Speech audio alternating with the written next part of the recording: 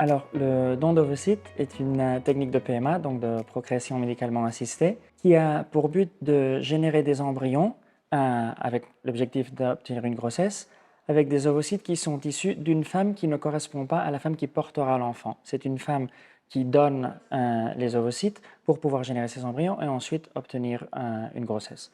Ce traitement peut se faire soit avec le sperme du conjoint s'il existe, ou dans un autre cas avec un sperme qui provient d'un donneur.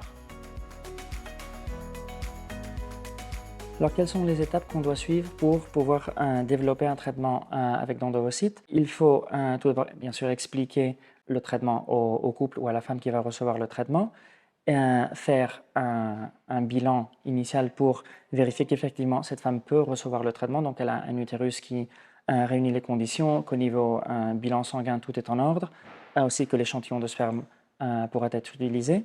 Et ensuite, il faut, sur la base des caractéristiques physiques de la receveuse, on fait le choix de la donneuse. La donneuse doit toujours ressembler physiquement à la receveuse. Donc, l'équipe dans les cliniques qui s'occupe de faire la sélection des donneuses trouvera une donneuse qui puisse être attribuée à cette femme ou à ce couple.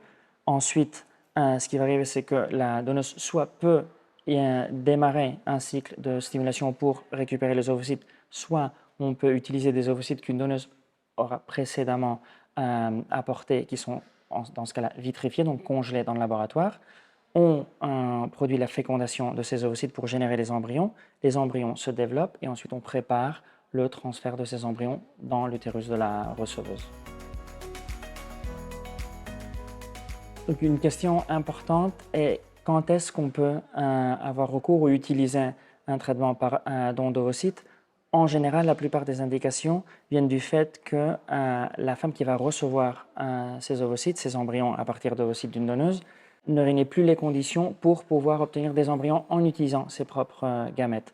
En général, il s'agit de ce qu'on appelle âge reproductif avancé. Donc, en général, ce sont des femmes qui dépassent déjà les 42-43 ans, ou dans les cas où on a eu un manque d'ovocytes dans les ovaires, soit parce que la ménopause est arrivée trop tôt, ou exceptionnellement aussi lorsqu'une femme est née sans ovaires. Ce sont des anomalies très rares, mais ça peut exister. Donc dans le cas où on découvre que ces ovaires ne sont plus utiles à fournir des ovocytes, alors on a recours à des dons d'ovocytes. Et je pense que là-dessus, l'épigénétique, c'est un facteur important aussi dans l'acceptation. Savoir que d'une manière ou d'une autre, au travers de l'épigénétique, on apporte en tant que maman quelque chose à notre enfant pendant la grossesse et pendant les premières années de vie, etc. Donc je pense que ça demande ça, du temps, accepter ses émotions, toutes ces émotions qui sont liées au deuil, s'informer et se poser aussi toutes ces questions sur la maternité. C'est-à-dire que qu'est-ce que ça représente pour moi la maternité?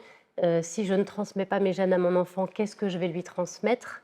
Et en fait, on se rend compte qu'on va lui transmettre des valeurs, une certaine vision de la vie, peut-être notre sens de l'humour, peut-être une façon de, voilà, de voir la vie, de se relationner avec les autres. Et en fait, tout ça, ça va bien au-delà de la génétique. Mais oui, émotionnellement, il y a un processus assez long.